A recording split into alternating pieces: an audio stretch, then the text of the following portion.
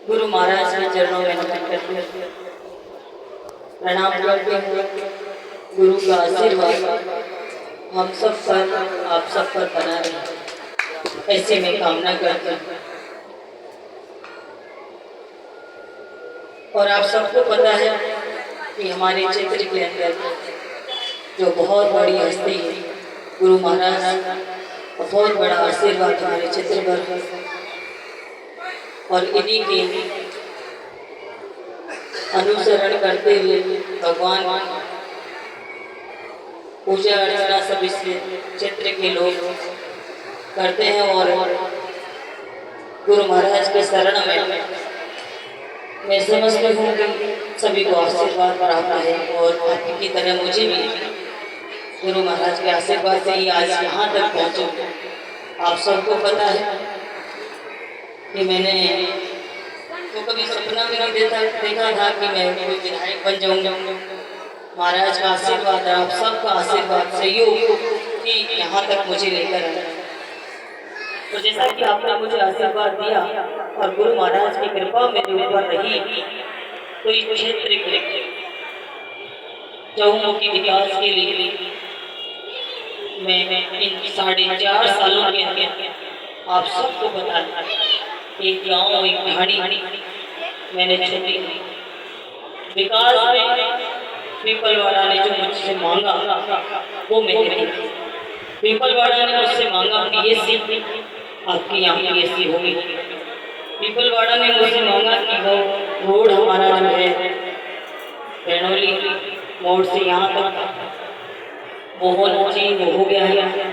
थोड़ा बहुत बच रहा है तो हो जाएगा।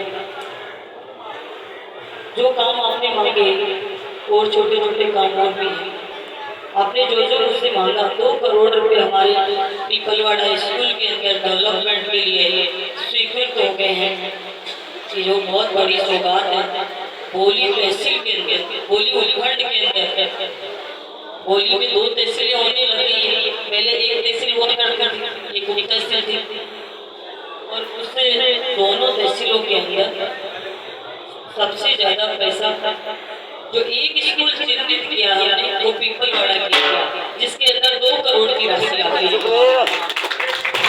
गुरु महाराज की उसी प्रकार दूसरा जो स्कूल है मोहम्मद नवाज में पिपलाई है, तो दोनों स्कूल ही हमने चिन्हित करके भेजे हैं।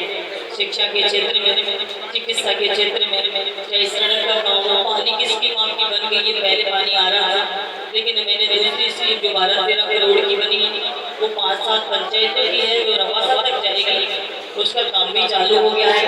सबसे बड़ा जो पावर क्या बोलते हैं, पावर ग्रिड क्या बोलते हैं, हाँ, जो पंप हाउस बोलते हैं, वो पीपलवाड़ा के बेनौली रोड पे बनेगा। उसके लिए सारे सरपंच ने जमीन अलॉट करवा दी होगी। तो इस प्रकार आपका पानी का, सड़क का, चिकित्सा का और शिक्षा का, ये 4 ही हमारे जीवन में सबसे महत्वपूर्ण है ना। चारों चीजों में हमने काम करवा चुके हैं पीपलवाड़ा के अंदर। जब पिछली बार यहाँ धार्मिक कार्यक्रम का यज्ञ था, उस समय भी आपने कहा कि लाइट भी हो जाए, फिर वो शायद गाँव में काम आ रही होगी। लेकिन फिर भी आप लोगों की छोटी मोटी प्रॉब्लम लाइट की है, मुझे पता है।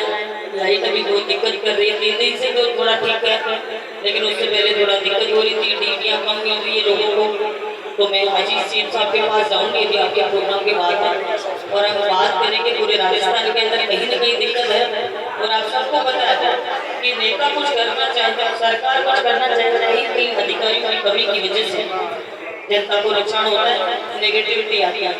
तो वो हम उनके बारे में जागरूक जहाँ मिले वो अपने क्षेत्र में सुधार कर पा रहे हैं। तो आप सब लोग उन चीज़ों को अदरवाइज देरी रखें, क्योंकि कहीं ना कहीं बीच में लाइट की प्रॉब्लम जो पैदा हुई है उसके लिए कहीं ना कहीं कोई अधिकारी की गलती मिल सकती है, जिसके लिए हम सीएम से आज बात करेंगे। बाकी गुरु महाराज के आश्रम पर भी जो काम बोले अधिकतर हो गए हैं, और बाकी थोड़े बहुत रहे हैं वो महाराज जी के आशीर्वाद से सब हो ही जाएंगे। तो आप सब लोगों की महाराज जी के साथ महाराज जी का सिर्फ आशीर्वाद होता है क्यों करके, और आपका आशीर्वाद यो करके होगा। अब जाके इस क्षेत्र का और ज्यादा जो मेरे सपना देखा है वो पूरा हो पाएगा। आपने देखा अभी चुनावी मौसम चल रहा है, शुरू हो गया है, 4 महीने बाकी है। 2 महीने के बाद में टिकट भी फाइनल हो जाएंगे। टिकटों की प्रक्रिया लगभग पूरी हो चुकी है। अब लोग गुमराह करने के लिए जनता को बेवकूफ बनाने के लिए लोग आना शुरू हो गए हैं और आप लोगों के वोट बटोर कर इन 5 सालों के अंदर शकल तक नहीं दिखाएंगे वो लोग। आप सबने पहले भी देखा है। और हमारा जो ये एरिया है पिपलवाड़ा साइड का एरिया, वो तो वैसे भी पिछड़ा हुआ एरिया था। आज इस क्षेत्र की शुद्ध कोई ले सकता है। आपने कई सालों से बीएससी की मांग करी थी यहाँ के लिए, लेकिन बीएससी नहीं हो पाई और अभी इस कार्यकाल के अंदर हुई है। आपने देखा चारों तरफ के रोड पक्के हो गए हैं, सारे चारों तरफ के रोड डामरीकरण हो गया है। 4-5 रोडों का तो 2 रोड को कभी शिलान्यास करके गई, 1 तो रोडों का और करना है बाकी। तो ऐसा करके मुख्य जो रोड थे सारे कंप्लीट करा दिए हैं। तो आप सबसे ये मैं कहना चाहूँगा कि लोग चुनाव के टाइम पे बेवकूफ बनाने आते हैं, लेकिन आप सबको ध्यान रखना चाहिए कि 4.5 सालों के अंदर लोग गायब हो जाते हैं। कभी किसी से फोन तक नहीं किया होगा, वो लोग भी आज तक इतनी दावेदारी करने के लिए आ जाते हैं और जनता को ये समझते हैं कि पागल जनता है, जो जनता के बीच में रह रहा है उसको जनता भूल जाएगी। ये उनकी गलत सोच है और वो सोचते हैं कि आज से पहले हम जिस तरीके से राजाओं ने राज किया उसी तरीके से हम आज राज करना हमारे लिए चुटकियों का खेल है। लेकिन आप सबने देखा इन 4.5 सालों को, और आप सबने देखा कि काम किस तरीके से किया जाता है, एमएलए का व्यवहार कैसा होना चाहिए। आज आप गुरु महाराज के सामने में कह रही है, मैंने चुनाव जीतने के बाद में कभी भी मैं 2 बजे से पहले नहीं सोई हूँ, क्योंकि 12-1 बजे कई बार तो 2-2 बजे तक लोगों की भीड़ लगी रहती है। ऐसा कभी आपने सोचा भी नहीं होगा, नहीं देखा होगा। और ये चीज वही जानते हैं जो मेरे पास आ चुके और लेट कर लोगों ने मेरे यहाँ की व्यवस्था देखी है। तो आप सब लोगों की सेवा करने के लिए जरूरी नहीं सारे क्षेत्र के लोग जाए, एक गांव में से 2-2 आदमी भी चले जाते हैं तो सुबह से शाम तक आप लोगों की जन सुनवाई करने में मैं सुबह से शाम तक निकल जाता है। कई बार तो महाराज जी के भी पहुंचना नहीं होता है, क्योंकि मैं कहती हूँ कि गुरु महाराज जन नर सेवा ही नारायण सेवा होती है। महाराज भी आप सब जनता की सेवा के लिए ही है और हम भी आप लोगों की सेवा के लिए है।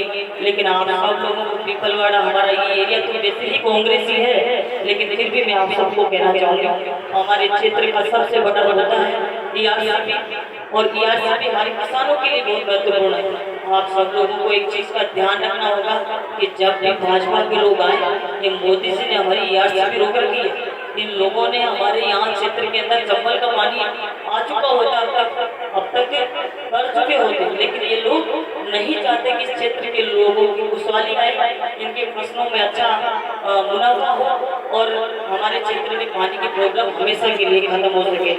और इसके लिए कुछ जगहों पर आंदोलन कर रहे हैं, लेकिन कई सारी जगह किसान जागरूक नहीं है।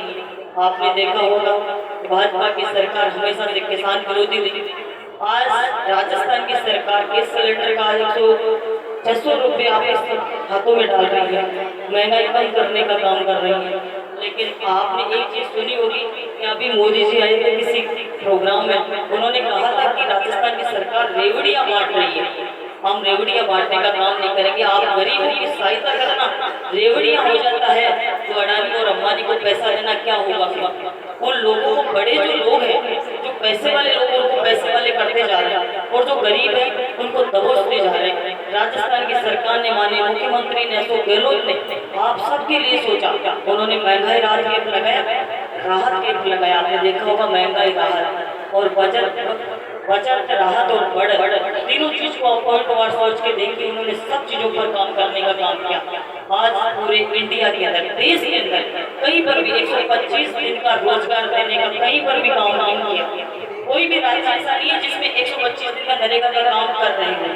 ये राजस्थान की सरकार ही दे पा रही है। और नरेगा किसने चलाई? कांग्रेस ने चलाया। आप सबको पता है जब नरेगा नहीं थी तो क्या होता था? घर के अंदर नमक की थैली के तक के पैसे नहीं मिलते थे लोगों को, घर में कोई कमाई का साधन ही नहीं था। आज कम से कम नरेगा तो कुछ पैसा तो मंथली घर में आ रहा है। दूसरा आप सबने देखा, गाय गाय करते हैं, गाय की सेवा का बहाना करते हैं, लेकिन गायों के लिए कुछ नहीं किया। पिछली बार गोपालन मंत्रालय बना, लेकिन 1 रुपया गाय के लिए खर्च नहीं किया। और यही राजस्थान की सरकार, गहलोत साहब की सरकार ने 40,000 रुपये पर पशु के देने का निर्णय किया। 2 पशुओं को 80,000 रुपये एक घर के अंदर। तो ये छोटी मोटी बात नहीं है। ऐसा कोई खुद का बीमा, खुद के इलाज का बीमा, अगर खुद का कुछ हो जाए तो इसका 10 लाख रुपए का बीमा, खुद इलाज कराए तो 25 लाख रुपए तक का आप इलाज कराओ। तो इस सब धापों तो इलाज और पशुओं को भी